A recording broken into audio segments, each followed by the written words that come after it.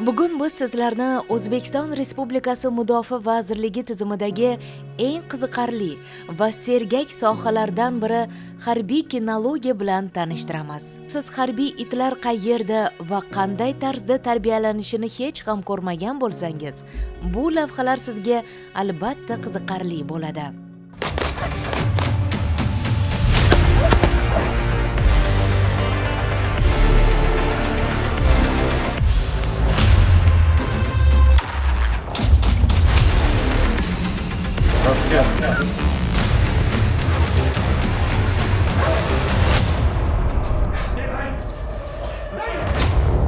Markazimiz Mudofaa vazirligi rahbariyatini tashabbusi bilan 2021-yilda eng oxirgi jahon talablariga asosan qurib bitkazilib foydalanishga topshirildi.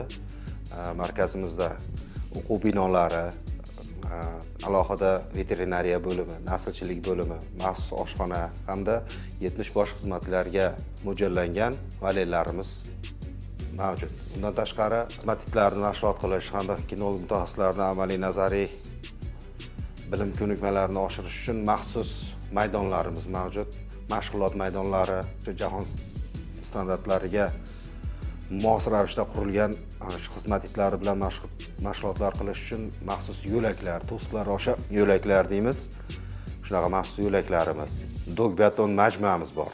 Katta majmuamiz. Bu yerda har xil musobaqalar, xalqaro musobaqalarni ham o'tkazganmiz. 2022-yilda mana shu musobaqalarni o'tkazish tayyorgarlik ko'rish uchun o'sha eng oxirgi zamon talablariga mos ravishda jihozlangan majmuamiz ham bor. Markazimizga kelgan mutaxassis kinologlarimizda amaliy nazariy bilimlarini oshirish, xizmatlarimizda maxsus yo'nalishlar bo'yicha tayyorlash bo'yicha mashg'ulotlarni o'tkazdiramiz. Hozirda xizmat itlarimiz respublikamizda desak ham hech ham mubolag'a bo'lmaydi. Eng oldingi safda turuvchi xizmat itlarimiz kiradi. Chunki bizdagi yo'nalishlar maxsus yo'nalishlarimiz, deyarli barcha yo'nalishlar bo'yicha xizmatlarni tayyorlaymiz.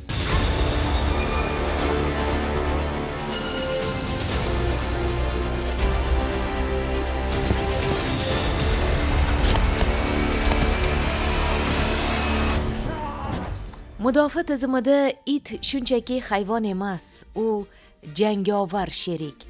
Uning har bir harakati, har bir nafasi ortida insonning mashaqqatli mehnati, sabri va mehri yotibdi. Bugungi ehtirom ko'rsatuvimizning qahramoni 3-darajali serjant Ahmadjon Gadoyev va uning sodiq do'sti bo'lishadi. Ular birgalikda yuzlab poligon mashg'ulotlarini bosib o'tishgan, xavfli topshiriqlarni bajarishgan. Qahramonimiz Ahmadjon Gadoyev 1982-yili 14-sentyabrda Farg'ona viloyatining Bog'dod tumanida oddiy ishchi oilasida tavallud topgan. Otasi Madaminjon Gadoyev va onalari Odina Gadoyevalar farzandlarini bolalik chog'laridanoq tabiatga, jonzotlarga bo'lgan mehrni uyg'otgan. Keng yaylovlarda, qir-adirlar bag'rida katta bo'lgan Ahmadjon bolaligidanoq harbiy askar bo'lishni orzu qilgan. Bolaligimiz shu qatori shu o'rta maktabda, shu qishloqda, mahallada oshna og'ayni o'rtoqlarimiz bilan shu o'yin kulgi, dehqonchilik qilardik. Hayvonlarga qiziqishimiz sababli uyda juda mol, qo'ylarimiz ko'p bo'lardi. Sigirlarimiz bo'lardi. Shu qatori shu kuchuklarimiz, bu kuchuk boqardik uyda shularga qarashga. Birinchi kuchugimiz shu biz ham shu kinologiya sohasiga kelib keyin bildik. Biz endi o'sha paytlarda cho'pon kuchuk deb yurardik. U unaqa bo'lmaydigan o'zi nimasi. O'rta Osiyo ovcharkasi deb atalar ekan, parodasi. Shu bo'ri laqabli itim bo'lgan. Yoshligimda ham ko'proq shu jangari itlarga qiziqardik.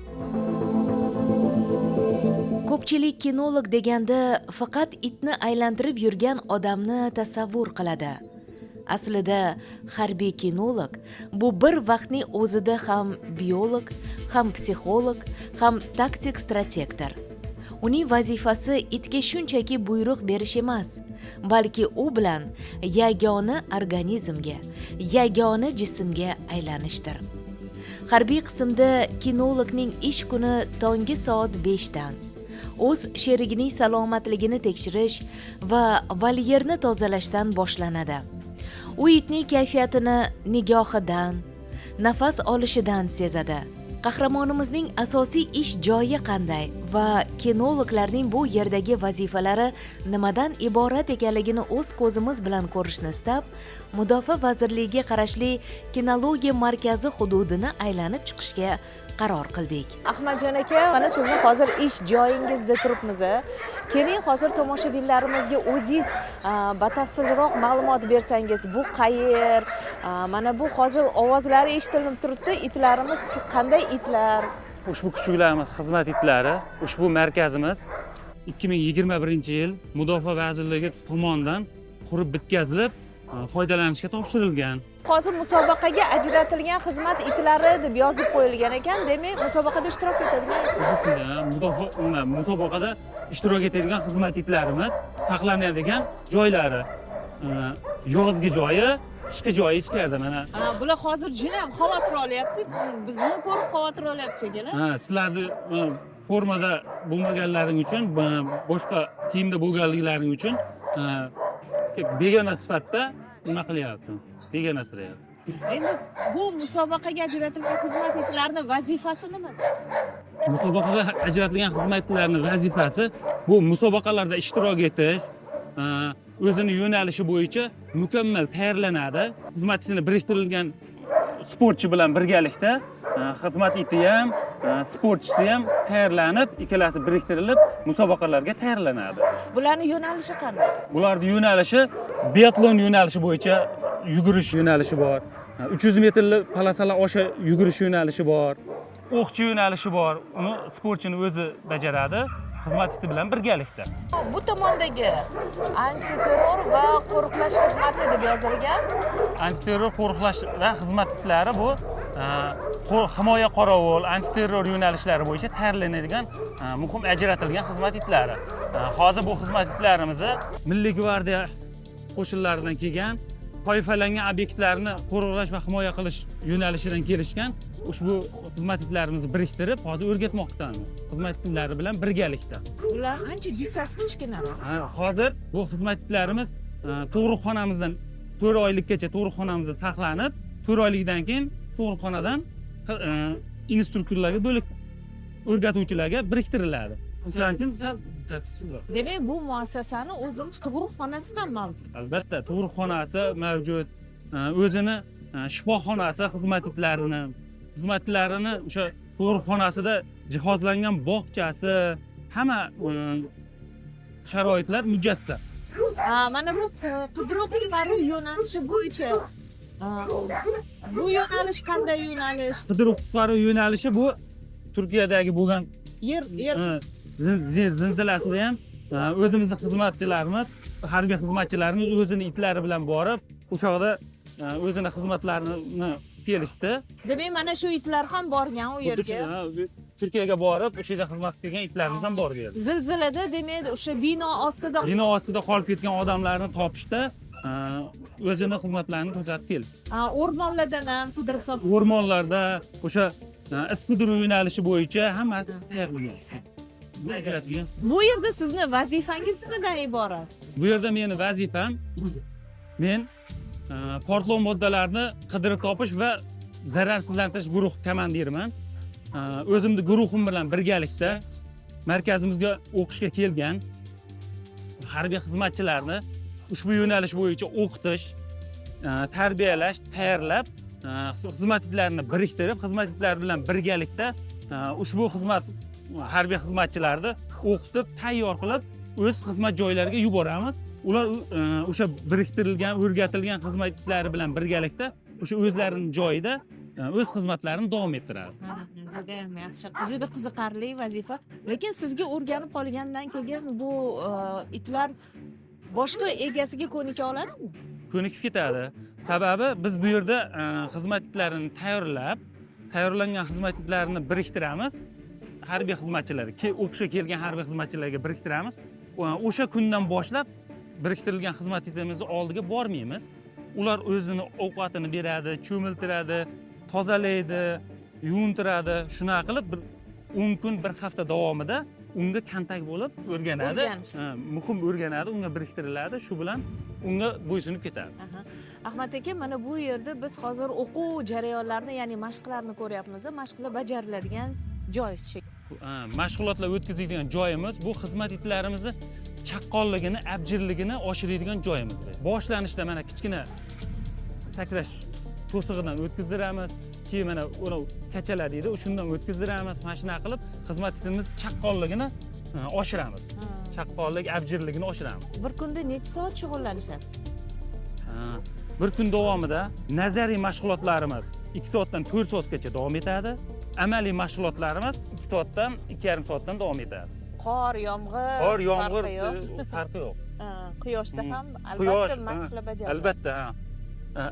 Kunning issiq paytida ham, yomg'ir paytida ham, qor, yomg'ir paytida ham xizmat iti bir xil ishlaydigan darajaga keltirilishi kerak. Sababi biz xizmat olib boriladigan joyda qor yog'ilayotib turgan bo'lishi mumkin, yomg'ir yog'ayotib turgan bo'lishi mumkin, issiq bo'lishi mumkin. O'shanga qaramasdan xizmat itlarimiz bir xil darajada ishlash kerak. Charchab qolishmaydi. Charchaydiganlar ham bor. Charchagan paytda biz xizmat itlarimizni o'zimiz sezgan holda ularga dam berib, 5 minut, 10 minut dam berib, keyin yana xizmatni davom ettiramiz.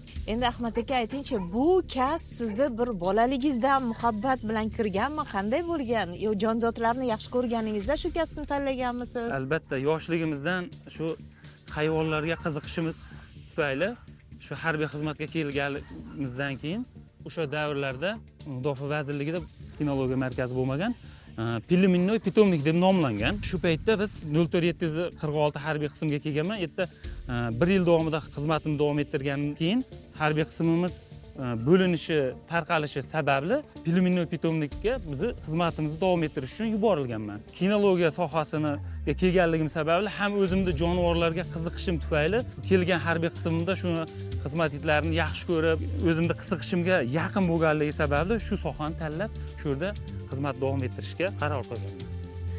Demak, hozir biz naslchilik bo'limi degan binoni ko'rib turibmiz. Tug'ruqxona mana shu yer bo'lsa kerak. Xuddi shunday, hozir naslchilik bo'limi, mana olib kelib sizlarga ko'rsataman. Barcha jihozlar bilan jihozlangan.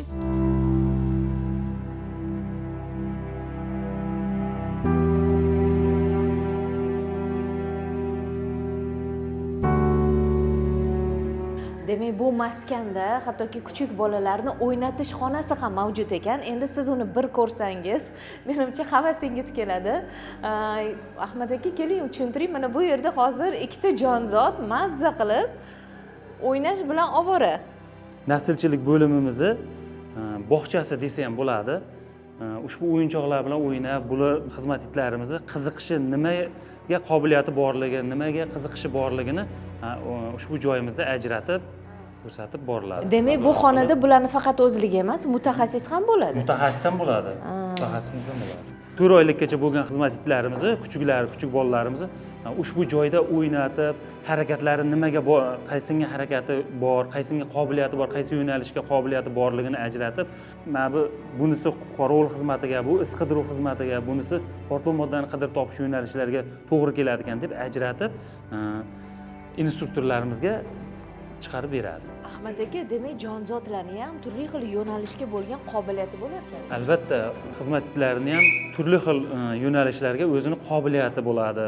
Masalan, bir xil xizmat itimizni ko'p xurmaydi, qidirishga qobiliyati yaxshi bo'ladi. Burunni ishlatish qobiliyati yaxshi bo'ladi. Bir xil itlarimizni bu qidirishga unchalik qiziqishi yo'q, lekin xurishga, jahldorligi, harakatchanligi kuchliroq bo'ladi. Ularni qaysi yo'nalishga jalb qilasiz? Ularni himoya qorovul xizmatiga jalb qilamiz ko'proq.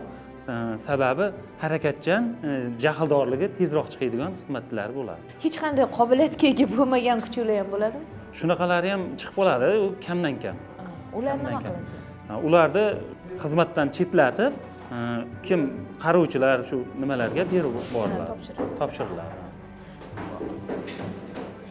Juda ham yaxshi, juda qiziqarli to'g'risi va joylashuv ham aynan menimcha kuchukligi juda yoqsa kerak. Hattoki o'sha koptokchalari ham bor, o'yinchoqlari ham bor, hamma narsa mavjud. Yurish yo'lagichi bu nima uchun? Bu yurish yo'lagi mana xizmatimizni ko'rib turibsizlar.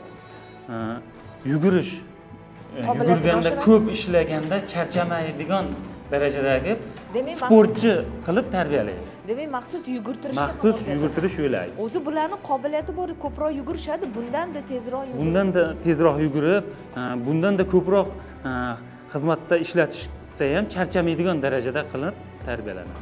Va bu xonani, bu bo'limni asosiy o'zini mutaxassislari bor. O'zini asosiy ular faqat mana shu bo'limda ishlashadi. 4 oylikgacha bo'lgan kuchuk bolalarini tarbiyalab, tayyorlab, boshlang'ich o'rgatish mahsulotlarini o'zini laqabiga, bo'yinboqqa, o'zini kalta arqonida yurishga o'rgatib, boshlang'ich ko'nik bilan o'rgatib bizga instruktorlarga chiqarib beradi. Demak, 4 oydan keyin boshqa bo'limga o'tiladi. Boshqa bo'limga o'rgatuvchilarga biriktiriladi, qolganini ular davom ettiradi. Tushunarli. Demak, bu bo'limda va yana boshqa xonalar ham mavjud. Xuddi shunday. Kinologiyaning bir necha yo'nalishlari bor. Xizmat itlari chegarada giyohvand moddalarni izlaydi. Qutqaruvchi itlar vayronalar ostidan odamlarni topadi. Yo'l ko'rsatuvchilar esa ko'zi ojizlarga dunyoni ko'rishga yordam beradi. Bu jarayon oylab, yillab davom etadigan sabr-toqat mahsulidir. Ahmadjon Gadoyev bugungi kunda nafaqat harbiy kinolog hisoblanadi, balki hamkasblariga, shogirdlariga tajribali ustoz hamdir. Ahmad aka bilan tanishganimizga bir 10 yillar bo'lib qoldi chamasi. O'sha 2016-17-yildan beri tanishmiz. Shu bu sohada, bu kinologiya sohasida shu ustoz markazimiz eng yoshi katta, tajribasi juda ko'p ustozlardan bittasi. Ko'p narsalar o'rganganmiz. Kantaga qanday kirishadi, xizmat jarayonida qanday xizmat olib boriladi. Qolaversa mana o'rganish jarayonida biz xalqaro armiya o'yinlarida ham shu olgan ustozimizdan olgan bilimlarimizni qo'llaganmiz. Nufuzli 2-3 o'rinlarda qo'lga kiritib kelganmiz. Rossiya Federatsiyasida bo'lganmiz 2 marta. Afrika Aljir davlatda bo'lganmiz. Bunda ham yuqori 1-o'rinni qo'lga kiritganmiz. Ahmad akani ko'proq ustozni bizga shu bitta ishga kirishsa, shuni oxirigacha yetadi. Shaxsiy hayotdan o'xshagan ham bizga ko'proq ustozlik qiladi. Hayotda ham yaxshi. Bu ishni boshlasa oxiriga yetadi. Bu tomonlari yoqadi bizga. Ahmad akaga endi ishlarda rivoj, oilasida bosh bo'lib, yanada shu markazimizni qurolli kuchlarimiz safida obro'sini ko'tarishda charchamasin. Biz bilan birga bo'lib, yaxshi pensiyaga chiqib ketishni nasib qilsin. Men Milliy gvardiya xodimi 3-darajali serjant Abdusalomov 4 yildan beri mutaxassis kinolog lavozimida o'tirib kelaman va mudofaa bo'limiga malaka oshirish sifatida Farg'ona bo'yicha boshqarmasidan jo'natilganman. Milliy gvardiya boshqarmasidan jo'natilganman. Bu yerda kelganimizda 3-darajali serjant Gadoyev Ahmad akani qo'liga yosh shogird bo'lib kelganmiz. Ahmad aka bizga ko'plab it haqida o'zimiz bilmagan sir-sinoatlarni o'rgatib kelmoqda shu kungacha. Bu kishi juda kuchli mutaxassis sifatida bilaman, o'rgatgan bilimlardan kelib chiqqan holda bilimlarni kelajakdagi katta musobaqalarda, kelajakda xizmat etimni mutaxassis tayyorlashga ham menga asqotadi bu bilimlar.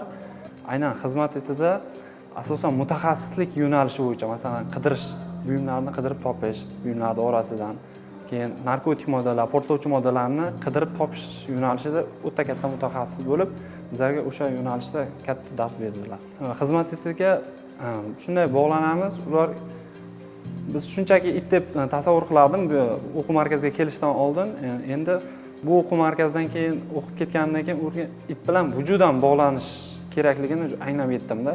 Itga qaraganingizda gapirmasdan, ishora qilmasdan siz nima demoqchi yoki xizmat etda nima qilmoqchiligini siz tushunib turishligingizni anglab yetdimda. Bularni hammasini Ahmad akadan o'rganib malakamizni oshirdik. Harbiy kinologlar faqat jang qilmaydi, ular tabiiy ofatlar, zilzilalar va vayronagarchiliklar yuz berganda birinchi bo'lib yetib borishadi. Texnika ko'rmaydigan, odam kirolmaydigan tirqishlardan odam hidini topish bu kinolog va uning itining mahoratiga bog'liq. Birgina ishora bilan kinolog yuzlab odamlarga umid bag'ishlaydi. 2023-yilda hammamiz xabarimiz bor, Turkiyada yuz bergan tabiiy ofat, zilzila, talofat ko'rgan nimalarga yordam ko'rsatish bo'yicha bizdan mana shu biz markazimizdan ham 5 nafar mutaxassis kinologlar hamda 5 nafar shu o'zimizga biriktirilgan xizmatchilar bilan borib bu yerda ana shu bir oy davomida talofat ko'rgan nimalarga yordam berish, vayronalar ostida qolgan aholilarni qidirib topish bo'yicha vazifalarni bajarganmiz. Ana shu yerda birinchi borganimda qo'rquvdan ham ko'ra u yerda qolgan haligi insonlarning hayoti meni juda ham malomga solgan. Men hech kimga bunaqa nima ravo ko'rmayman. Hech kimga, hech qaysi davlatga ravo ko'rmayman. Juda ham ahvol og'ir, juda ham tang holatda qolgan. Oshiqcha bir daqiqa ham vaqti yo'q kutishga. Endi bilamiz, xizmat itlarimiz bular baribir hayvon-ku, bular charchaydi bular ham. Chunki tinimsiz ishlatishning imkoniyati yo'q. Oddiy temir vositasi bo'lsa zaryad qilib ishlatishingiz mumkin, lekin bularda tinimsiz iloji yo'q buni. Ularga vaqtida ishlatib, vaqtida dam berish kerak. Endi boryapmiz u yerda umuman bir daqiqa ham, bir sekund ham u yerda vaqt. Chunki yetib borishimizga keldi deb ham xabarlar tarqalib yugurib kelyapti. Mana yetib bordik, samolyotdan tushgandan keyin endi 4 soat, 5 soatlik parvozdan keyin xizmatchilarimizga dam berishimiz kerak, ularni oziqlantirishimiz kerak. Lekin u yerdagi odamlarni anosini ko'rib, unga ham qaramadik-da, itimizni quchoqlab yalindik. Ishlamasak bo'lmaydi, bormasak bo'lmaydi, topmasak bo'lmaydi. Yugurib kelyapti odamlar. Topib beringlar, ana ovoz eshitilyapti bu yoqda ovoz eshitilyapti. Endi vayronagarchilikda juda ham katta ko'lami odam yetishmaydi. Qutqarib olgani, ularga tezroq qilgani odam yetishmaydi. Chunki texnika ishlatishda umuman iloji yo'q, mumkin emas. Chunki bitta texnika ishlasa, agar tagida tirik odam bo'lsa, ozgina uni halok qilishi mumkin. Faqat itlar bilan ishlayapmiz. Chunki odam, itlar, boshqa texnikaning iloji yo'q. Itlar borib hidlab topadi, topilgan joyda shu igna bilan quduq qazilgandan narsani men shu yerda ko'rdim. Xuddi o'shandek. Katta texnikalarda ham iloji yo'q. Umuman faqat shu qo'lda kichkina kurakchalarda ko'ylab olish kerak. Unga juda ham ko'p vaqt ketadi. Bu yoqda yana odamlar yurib kelyapti. Meni o'zimda bo'lgan endi belgilab beradi. Mana birinchi bu binoni tekshiramiz. Binolar qulab shunday bir uyum beton nimalari bo'lib qolganda. 2-3 ta joyni beradi. Mana bugun 1 soat bu yerda tugatamiz, keyin 1 soatdan keyin bu yoqqa o'tamiz. 1 soat tugatamiz, bu yoqqa o'tamiz. Bitta binoni tekshiryapmiz. Endi biz u yerdan chiqishimiz mumkin emas, boshqa joyga o'tish. Chunki o'zimizga yarasha cheklovlarimiz bor bizni. Kechasi qop-qorong'i zimiston, hech qanaqa yoritish nimalari yo'q. Faqat o'zimizda chiroqlarimiz bor, fonarlarimiz. O'shalar bilan yoritamiz. Ana bu shahar zimiston. Bitta ayol dod-sob kelib shunday qo'limdan quchoqlarni tortyapti. Men itim bilan, xizmat itim bilan ana shu maydonni bir aylanib chiqishga aylanib yuribman. Sheriklarim tomonda qo'limdan ushlab tortyapti. Birinchi nima bo'ldim? Itim ham hayron, xuradi unga qarab, u dod solib yig'laydi. Yonidagi binoni ko'rib ber deydi. Endi ozroq tushunyapman. 5 kishi yotibdi mana shu yerda. Ya'ni xo'jayini 4 ta bolasi qolib ketgan. Topib ber menga dod solyapti. Ilojim yo'q, u yoqqa o'ta olmayman. Chunki menga bu yoq topshirilgan. Keyin yugurib keldik, o'sha bizga biriktirilgan u yerdagi rahbariyat bor. O'zimizning rahbariyatimiz shunaqa. Mayli tez o'tib bu yoqqa ham nima qilinglar dedik. O'tdik, endi iloji yo'q. Ba'zi joylarda juda ko'p jasadlar topilyapti. Lekin umumiy qidiruvimiz davomida 112 soatgacha o'sha zilzila bo'lgandan keyin 112 soat deganda bitta xotinni tirik holda olib chiqdik. Uni o'zini olib chiqishiga 18 soatdan oshiq vaqt ketdi. Mana o'shani xizmatchilarimiz topdi. Birinchi o'zi u yerni tekshirib ketgan. keyin yana bir tekshiraylik dedik. Tekshirsak, xizmat itimiz belgi beryapti-da. Xizmat itlarimiz ham odam uchun belgi beradi. U xoh jasad bo'lsin, xoh tirik bo'lsin, belgi beradi, ko'ramiz. O'zlari maxsus texnika emas, shunaqa nimalar sekin chiqarib olishadi. Eng nimasi shu 112 soat deganda 3 kundan keyin. Shu yerda bitta tirik er-xotinlar topdik. Endi ular hayotga qayta keldi. Butun nima qarsak cholib. Endi bu aydagini ta'riflash juda qiyin. Uni ta'riflab bo'lmaydi so'z bilan. Uni qarindoshlari, yaqinlari ularni ko'rib, uni o'zini nimalari 112 soatdan o betonlar tagida yotish o'zi juda ham ko'z bilan ko'rmaguncha juda ham nima. Harbiy kinologning eng asosiy vazifasi itning tabiiy instinktlarini jilovlab, uni jamiyat va vatan manfaati uchun yo'naltirishdir. Ahmad aka, yaxshi kinolog bo'lish uchun jonzotlarni yaxshi ko'rish kifoyami? Yaxshi kinolog bo'lish uchun jonzotlarni yaxshi ko'rmasdan yaxshi kinolog bo'lib bo'lmaydi. Sababi bu xizmat itlari insonni yaxshi ko'radigan bo'lsa, butun vujudi bilan yolg'on yaxshi ko'rmaydi. Butun vujudi bilan yaxshi ko'rib mehr qo'yadi. Shu uchun albatta kinolog hayvonlarni yaxshi ko'radigan, ularda har xil qilgan nimalardan o'zini tortmaydigan bo'lish shart. Siz aynan nima uchun kinologiyani tanlagansiz? Kinologiyani tanlashimdan maqsad mudofaa tizimida juda yaxshi, eng yaxshi kinolog bo'lish bo'lgan birinchisi. Ikkinchidan shu hayvonlarni yaxshi ko'rishim sabab bo'lgan. Sababi xizmatimdan oldin ham itlar bilan shug'ullanib, hayvonlarga qiziqishim juda ham yuqori bo'lgan. Shu sababli xizmatga kelganimdan keyin ham shu kinologiya sohasini tanladim. Ishingizdagi eng qiyin lahzalar bo'lganmi? Masalan, it sizni tushunmay qolgan yoki itoat qilmagan paytlar ham bo'ladimi? Albatta, xizmat itlarida ham o'rgatish jarayonida ushbu holatlar juda ham ko'p uchraydi, ko'p takrorlanib turadi.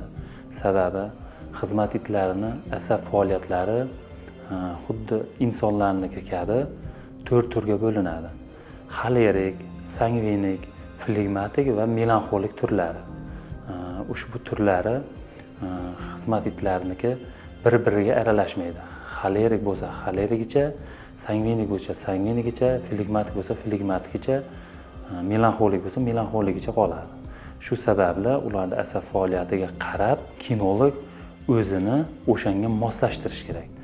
Agar flegmatik itlarimiz og'ir bosiqlik bilan harakatlanadigan bo'lsa, unga chaqqon harakat qilib kinolog uni sangvinik yoki xolerik chaqqon itlar kabi sal o'sha asab faoliyatini shunga chaqqonlashtirib o'rgatilsa yaxshiroq bo'ladi, yaxshiroq chiqadi.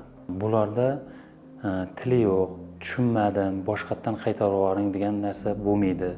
O'shaning uchun kinolog xizmat itini o'rgatishda uni imijlaridan, qilgan harakatlaridan, ko'z qarashlaridan uni ichida nima o'tyapti, nima bo'lyapti, buni tushuna oladigan inson bu kinolog hisoblanadi. Sizni sevimli itingiz qaysi? Meni hozirgi kunda o'zimga biriktirilgan Milka laqabli Belgiya ovcharkasi hozirgi kunda sevimli itlarimdan biri. Birga xizmatlarga chiqamiz. Birga xizmatimni olib boryapman. Bitta jonzot bilan necha yil davomida birga xizmat qilasiz? Markazimizda unaqa 1 yil, 5 yil, 4 yil xizmat qilaman deyolmaymiz. Sababi biz o'rgatilgan xizmat itlarimizni boshqa bo'linmalardan, boshqa harbiy qismlardan kelgan harbiy xizmatchilarni o'rgatib, xizmat it biriktirib, ta'minlash vazifasi yuklatilganligi sababli ushbu markazimizda xizmat itlari bilan uzoq muddat xizmat qilinmaydi. Boshqa bo'linmalardan, harbiy qismlardan kelgan harbiy xizmatchilarimiz ular 8-10 yil davomida xizmat qiladi bitta xizmat iti bilan. 8 yilda xizmatini holati yaxshi bo'lsa, yana 2 yil xizmat qilishga ruxsat beriladi. Xizmat itlari juda ham o'zini egasiga sodiq bo'ladi. Har qanday holatda ham u o'z egasini tashlab ketmaydi. Faqat unga to'g'ri tushuntira bilib, to'g'ri o'rgatilsagina haqiqatdan ham o'z vazifasini mukammal bajara oladi. Shuningdek, harbiy kinologning vazifasi faqat itni o'rgatishdan iborat emas. U o'z itining nafaqat murabbiysi, balki uning sog'lig'i, ruhiy holati va jangovar shayligi uchun mas'ul shaxsdir. Mudofaa vazirligi tizimida armiya o'yinlari bo'lib o'tyapti Rossiya Respublikasida. Shu yoqda 2017-yildan buyon shu armiya o'yinlariga qatnashib kelamiz. 2020-yildan boshlab faqat o'zimizning shogirdlarimiz, kinolog mutaxassislarimiz faqat birinchi o'rinda olib kelishyapti. O'zbekistonimizda hozir kinologiya juda ham rivojlangan. Ushbu muzeyimizdagi kuboklarimizdan, olgan medallarimizdan ham ko'rib o'zlaring amin bo'lishlaring mumkin. Menda armonimiz bor. Biz yoshlik paytimizda kinologiya bunaqa rivojlangan, hozirgidek mukammal darajada e'tibor qaratilmagan bo'lganligi uchun, unaqa armiya o'yinlari, bunaqa musobaqalar tashkillashtirilmaganligi uchun musobaqalarga qatnashmaganmiz. Lekin shogirdlarni mukammal darajada tayyorlab, ushbu musobaqalarga borib, munosib o'rinlarda olib kelishyapti. Nima deb o'ylaysiz, kelajakda kinologlarni robotlar yoki texnologiyalar almashtira oladimi? Almashtira olmasa kerak. Sababi it bu tirik jonzot. Hozirgi kunda rivojlangan davlatlarda ham ushbu xizmat itlaridan foydalanilyapti. Bundan ko'rish mumkinki, ushbu itlarning o'rnini hech qanday robotlar bosa oladigan darajada hali texnika yaratilmagan. Faoliyatingizdagi eng xavfli vaziyat qanday bo'lgan? Shu 300 metrli palasamizda balandligi 3,5 metr bo'lgan yugurib chiqish zinapoyasi bor. Shu joyga chiqqanda xizmat itim yugurib, men undan o'tib ketganligim sababli xizmat itim o'sha yerdan menga yetib olaman deb o'zini pastga tashlab yuborgan. Yaxshi, qanday og'ir jarohat yetmagan, davolanish jarayonida tuzalib o'z xizmatini davom ettiryapti. Ular ham odamlar kabi charchashadimi va ularni charchashganini, toliqqanini qanday sezasiz? Albatta, xizmat itlari ham charchaydi. Xizmat itida terlamaganligi sababli xizmat iti o'zini organizmini faqat og'iz orqali sovutadi. Sovuq havo kiradi, issiq havo chiqadi. Shu tilidan suv oqqani uni teri hisoblanadi. Charchaganligini shundan sezish mumkin. Sezgan kinolog unga dam berib, suv berib, dam berib, keyin yana xizmatini davom ettirish mumkin. Oilaliman. Ayolim 140-sonli maktabgacha ta'lim muassasasida oshpaz bo'lib ishlaydi. 4 nafar farzandimiz bor. 3 o'g'il, 1 qiz. Katta o'g'lim yuridik institutda 1-kurs talabasi. Ikkinchim ham o'g'il 10-sinfda o'qiydi. Qizim 8-sinfda o'qiydi. Kenjatoyimiz bor, 4 yoshda. Shu uyimizning oldidagi bog'chaga boradi. Bolalarimda ham juda itga mehri juda kuchli. Har doim shu uyga borganimda ertaga meni ham ishxonangizga olib borasiz, dam olish kunlari olib borasiz, shu kuchuklar ko'rib kelamiz deb ko'p so'rashib, nima qilishadi. Ishxonamga ham ko'p olib kelib turaman. Ahmad akaga tilaklarimiz birinchi o'rinda sog' bo'lsin. Biz uchun, biz shogirdlar uchun, markazimiz uchun, umuman mana shu vazirligimiz miqyosidagi mutaxassis kinologlar uchun sog' bo'lsin, sog'lik tilayman.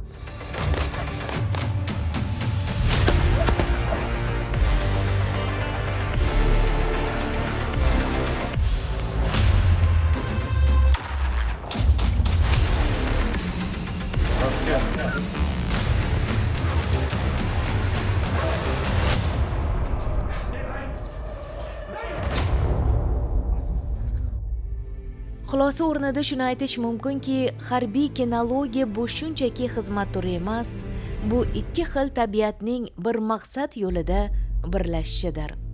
Kinolog vazifasining eng oliy nuqtasi tilsiz mavjudotning qalbiga yo'l topish va uni insonlarni qutqarishga, tinchlikni asrashga yo'naltirish. Bu kasb egalaridan nafaqat jismoniy kuch va temirdek intizom, balki cheksiz sabr va mehr talab etiladi. Zamonaviy texnologiyalar qanchalik rivojlanmasin, eng murakkab robotlar ham tirik jonzotning sadoqati va sezgirligi o'rnini bosa olmaydi. Harbiy kinolog va uning sodiq do'sti bor ekan, sarhadlarimiz mustahkam, osoyishtaligimiz esa ishonchli qo'llarda va sergak nigohlar ostidadir. Zero haqiqiy do'stlik va qahramonlik so'zlarda emas, balki sukunatdagi sodiq xizmatda namoyon bo'ladi.